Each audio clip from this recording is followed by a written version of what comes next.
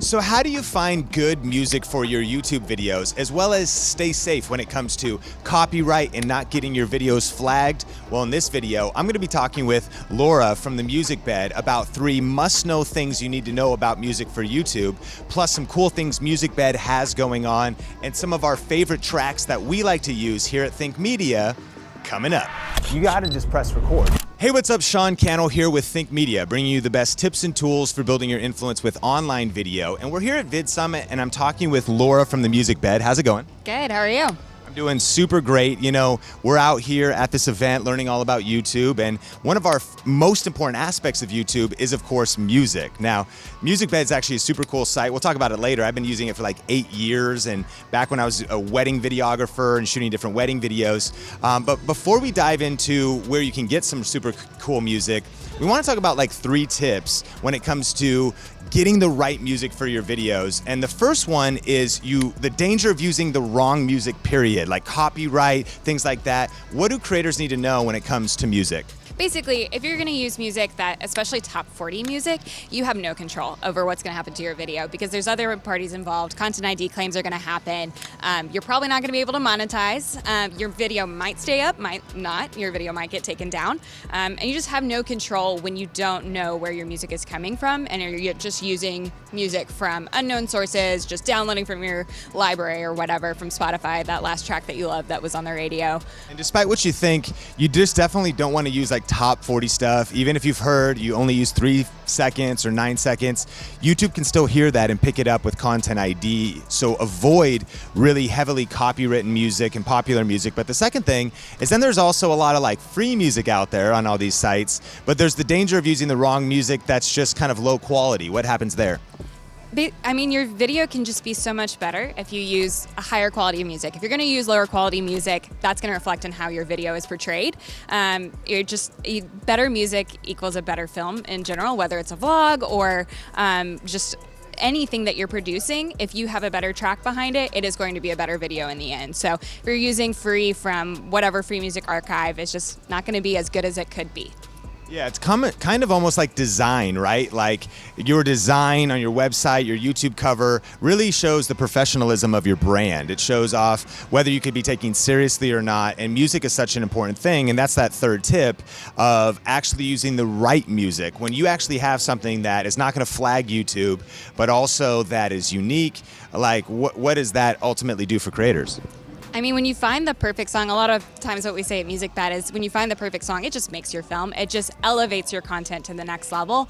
And it ultimately, as a creator, it makes you happier because you're happier with the choice that you've made. You're happier with your edit. And it just makes everything just flow so much better in the end. Yeah, I totally agree. And let us know in the comments if it's always hard for you to find the right song. I was doing video production for years, and I would mull for sometimes hours trying to find the right song for a wedding video or for a client video. And then as a creator, trying to find the right songs for my vlogs.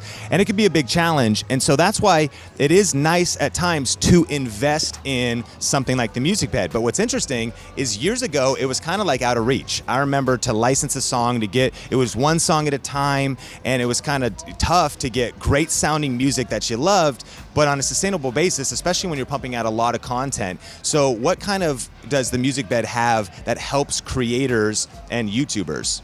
Yeah, so a little over a year ago, we launched our subscription option, and it has been revolutionary, honestly, for every type of creator that we work with, but especially YouTube. I think YouTube creators are out there just making so much content, and you just need unlimited access, which is why we started our subscription option with unlimited access starting at $9.99 a month, and tiers up based on your subscriber count. And I mean, it's honestly been super helpful for every creator that we've worked with, and I think definitely revolutionary. Yeah, I love that. And actually, here at Think Media, we've used a ton of Think MusicBed songs lately. We've been working together, and recently we just did a promo video for our event. I can't stress enough the value of Grow with Video Live will change your game when it comes to YouTube. Grow with Video is one of the most incredible conferences if you're going to do anything moving forward in the 21st century.